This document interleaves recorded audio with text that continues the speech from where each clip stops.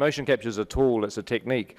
And what we've tried to do is to really use both motion capture and traditional animation, but to build a system by which, Stephen or I, who are much more adept at live action filmmaking, I mean, we can't use computers, either of us. I mean, I can't even hardly send emails.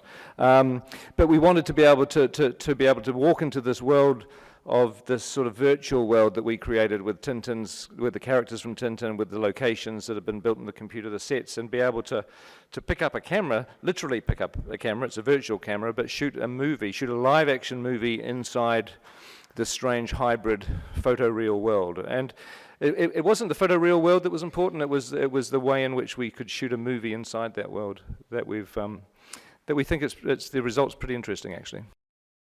With Tintin, the process is even more stimulating because it begins with a very crude pre-visualization, which is like a very simple piece of animation, and then you slowly are layering it and layering it. And so even though Tintin's taken Stephen and I 5 or 6 years from the very beginning of the process to get to the point where we are now, it's been 5 or 6 absolutely dynamic years, because literally every week we're seeing new things. We're seeing new versions of shots. Even though we've seen them before, they're starting to come to life in a way you go, oh my God, it's exciting. It's really exciting.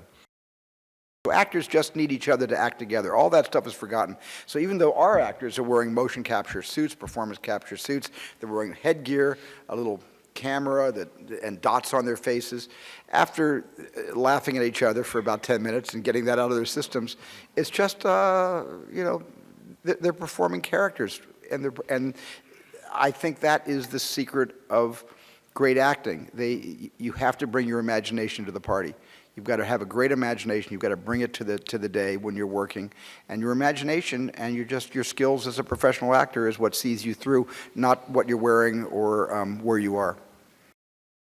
So our company has really put a huge amount of R&D into the eyes.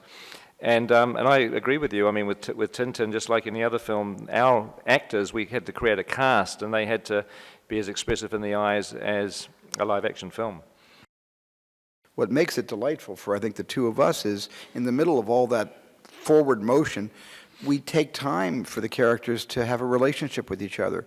We take time for Captain Haddock to moan about, what brought him to drink and close to ruination. And we even go back in the first movie to Captain Haddock's ancestors.